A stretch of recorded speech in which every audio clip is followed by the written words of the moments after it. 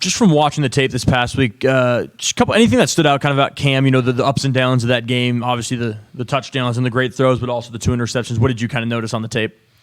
Well, I just think it was a little bit of pressing in those moments. Just Kale did a good job of not always changing up something completely different, but I thought they changed the looks a lot in the pictures, and I thought they did a good job disguising that. So the first one was just a miss of a one high safety kind of thrown in that coverage, and the second one was just a bad decision on the run, right? And we'll take some of that, but he's owned it. He's looked at it. He knows where we need to be, but I think it's a bigger thing as a team, just the turnover margin and trying to win big games down the stretch in league. We got to have those in the plus category, which we were last year. So we need to get back to that. So I think Cam owns it, but there was plenty of really, really good moments. And I think sometimes it's trusting the boxes and taking the runs, and I think he saw a lot of those things where he'd get better. On the last scoring drive, we see a lot of the tight ends, and the running backs are breaking free on big runs, and a lot of that comes because Andre or Billy are doing their job in blocking. Then, of course, Billy catches the touchdown. Is that kind of what the ideal tight end role is for you? Yeah, we'd love it to be very multiple, right? I thought you saw a good glimpse of that. You saw Billy motioning out to space, motioning in from space. Blocking. I think Andre in particular, because Billy's strength is blocking, has gotten a lot better in technique, and now that he's into his third game. So I think those guys' role just keeps expanding. But I think at the end of the game, both of them out there doing different things, being multiple, I think it's a good place to be. So we just need to pop some of those runs a little earlier, take some stress off the offense a little sooner. But our yards per carry, the analytics side of it has been good this year, just too many negative runs. And I think that's been a focus of trying to keep the ball moving forward. Last year in the Sun Bowl, maybe not the best of debuts for Christian Hilborn, and I think if you look at him now, it's a complete 180. There's a lot of those runs came behind the left side of the line. Just what have you seen from his progress taking on that left guard role and now really being a stalwart at that spot? I would say this was by far his best game, okay, coming off by far his worst game. Okay, and we challenged him all week because I think he had more in the tank, that he could strain and finish and be tougher and more aggressive. And then to turn it on, it was out there on Saturday, right? So I told Christian it's a choice. And I think it comes from habits. He's still a freshman. He still has a long ways to go, but he's getting better each week. And I think that combination, to your point, the Kingston-Christian combination is starting to play more aggressive and more downhill, and really proud of Hilborn, and he was our offensive lineman of the week just within the team, and I thought he did a really good job of playing his best out there. When you look at the film at USC and just with those connections in the air raid, background, just how similar do you guys seem to be offensively in schematics and everything? Very different. I was surprised when I turned the tape on. Very different. USC is way more of a 50-50 run-pass split on base downs, where we're about 70-30 right now. They're really establishing the run. They got threats everywhere, and I'm not saying they can't pass. They got one of the best quarterbacks in the country. They got 3 of the best receivers in the country. They got one of the best O-line in the country, first-team all-conference tailback. So they do a lot of things, but I would say drastically different there. Not as much true air raid concepts, but a little bit different, and they're taking the ball over the top, and the quarterback is unbelievable off schedule. And it's weird to say maybe the first pick in the draft you want to keep him in the pocket and let him throw because he's so dangerous outside of it, and he's untouchable when he runs. So it's a unique challenge, but it's different. He can still take off and run and have some more design runs for the quarterback as well. The offense has been a big talking point with the media about USC, but defense is kind of quietly. They have the top, I think, leading the nation in turnovers. What kind of makes them tough on that? They've been phenomenal. This isn't just a one-sided deal. They 4 down a lot, but they move more than you would see most teams move up front. So there's going to be a lot of movement, which creates a lot of negative plays and a lot of attacking plays, and the coverage aspect of it has been very good, and I think they do lead the country in interceptions, if I'm not right. If not, pick sixes for sure. 3 in one game will help that. But it's an aggressive style attack, and they've been playing really well, and they're playing very good complementary football. So this is a well-rounded team, and I think that's the biggest thing. This isn't just an offense. And for you guys, kind of an overarching deal here. What do you think, maybe positionally or in terms of team trends from week 1 to now? Is there an area of the game you think you've made most progress in? Our team, you're saying? Yeah. Well, like I said, I just think it's still a battle of consistency of what we're capable of doing offensively, and I think that's an exciting piece of it. I thought the O-line after probably the first 2 series last week really settled in, and I thought they did an efficient, good job. But like I said, it's going to be the turnovers and being more consistent. And then, I loved our response in the pass game, defending the pass last week. And that is exactly what we're going to have this week. We can't have explosive plays going against us because they can score in a hurry. So we got to make sure, especially at the defensive back position, that our communication is high and that we're keeping the ball in front. Coach, vertical passes were obviously more of a focus against Cal and open up some of your offense. How can we expect to see more of this going forward? Like I said last week, there's a lot that goes into that, right? From protection to reads to routes. And I think it's moment, it's time, it's tempo, taking the ball down there, it's finding matchups, it's winning on those matchups and making sure that we're keeping the ball in bounds when we throw it. So, I think it's something that we need in our offense, but we also need explosive plays off of 7-yard throws and guys making people miss and explosive plays off of the screen game. It isn't just throwing it deep. So we want to be very multiple in that point, but we're going to need some guys to make some plays down the field to win this football game.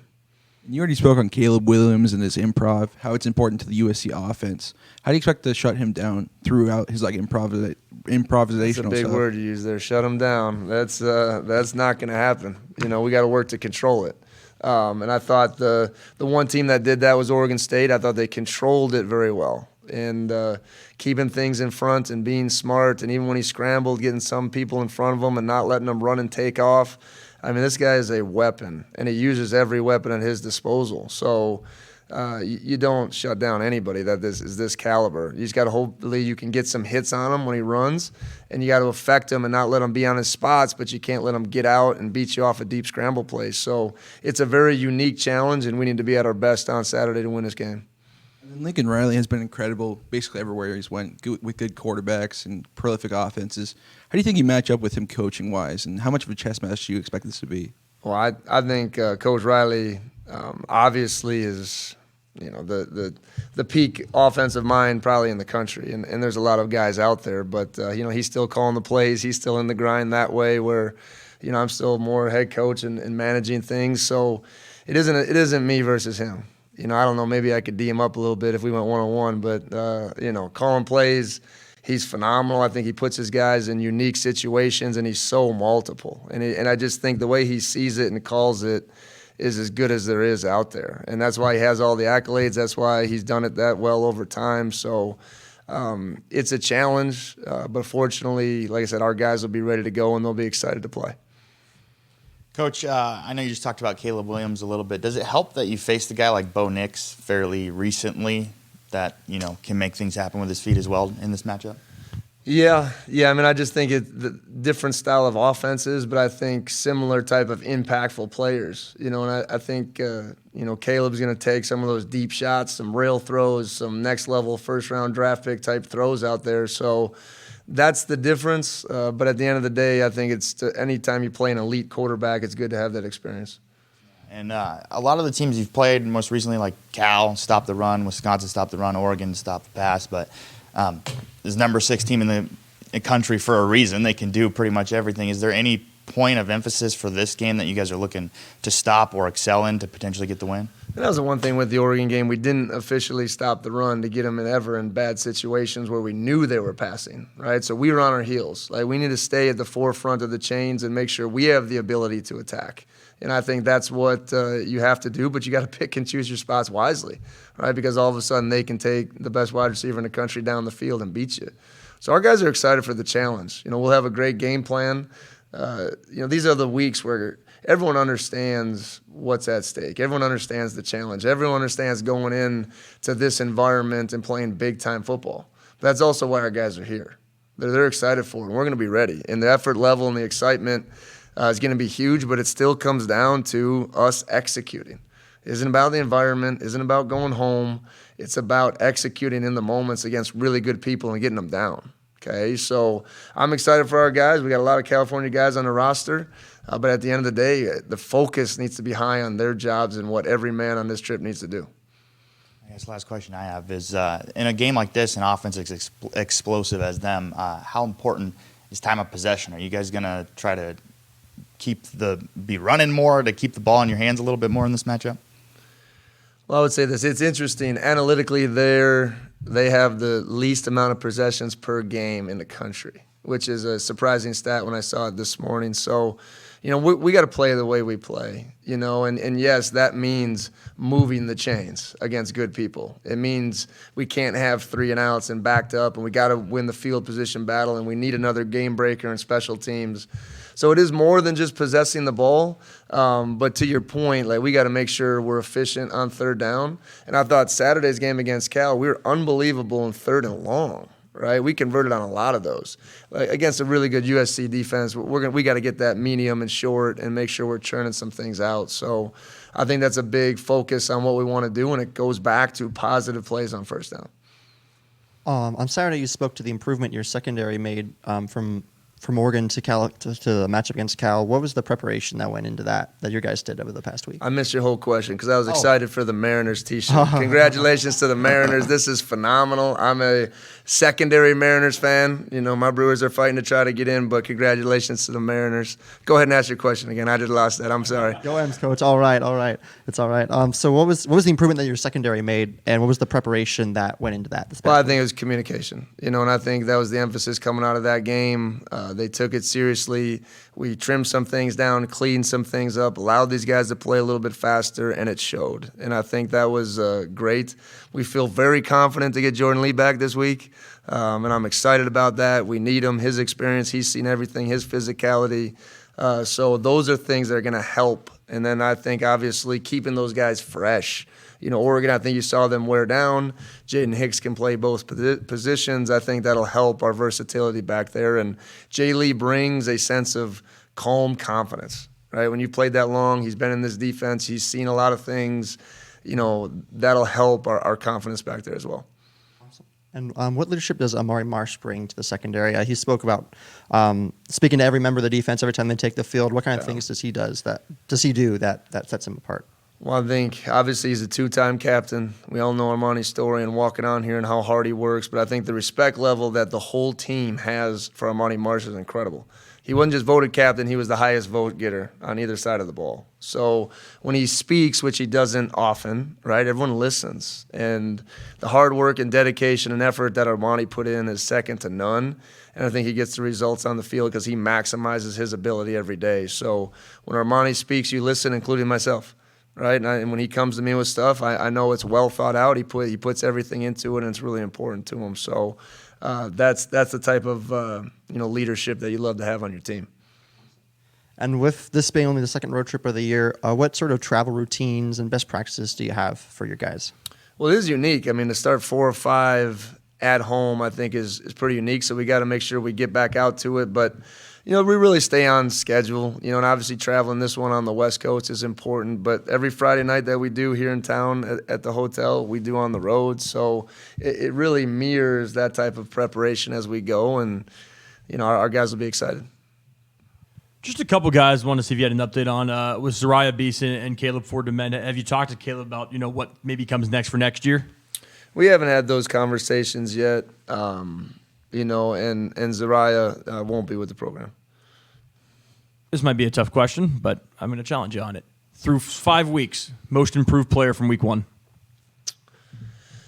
That is a good question. A couple guys really come to my mind. The first one is Christian Hilborn, just based on the way he played last week and the stability that he's had with Kingston.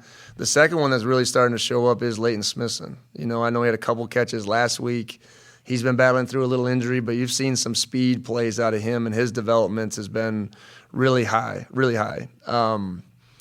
I always knew what Jaden Hicks could be, but then to go out and do it is a whole nother thing that I think he's been there. And I think last week it showed, missing Christian Mejia in that Oregon game, what he can do, and his consistency has just been phenomenal. So the other one that really has risen his level of play to me is Shaw Smith-Wade. So Shaw has done a good job of really, really obviously replacing Jalen and just making plays at a high level.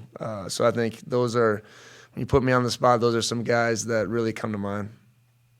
As the season's gone on, has the receiver rotation really changed in the way you guys are using it, or trying to get more guys involved? How's it kind of changed? Well, I think the big one is getting Rob healthy, and obviously everyone sees what Rob can do, but that has allowed us to be more flexible with Lincoln and using him a little bit more outside, right? So I think that's what you saw on Saturday, and we'll continue to do that. And if we stay healthy at all positions, Orion can be rotating inside, and then you even saw Meredith get out there and make his first catch. Zion, Leighton, Lincoln, Don, Strib. Want to keep these guys fresh and playing fast. So really credit to Strib. I mean, he really played through a hard ankle injury last week, and really proud of his toughness and some of that grit that he showed on Saturday too. So we got a hungry group, and I think overall the receivers. I remember that Idaho game to where we are now. It feels like worlds apart. So excited about their growth as well as a group. You spoke to this a little bit, but I mean, you guys have played a few real big games so far this year, and top 10 opportunity on the road, obviously a huge atmosphere. And do you find it's better to kind of downplay the magnitude of these games, or treating it like every other game? How difficult is it to do in a week like this? It isn't if that's what we do every week, and I think that's what I try to do when we really set the table. So we watched the tape this morning, we come back this afternoon and start on our new opponent. It's the same 1-0 plan. And I think it's when guys, I think you just realize the magnitude of the games, and I think they know that. But at the end of the day, how we prepare and win each and every game is the same. How we talk about it is the same. And it's going to take a lot of discipline to win this football game. And I think that's got to be our edge this week. So we've talked about it. It's one of our core values, and excited to really put that on display.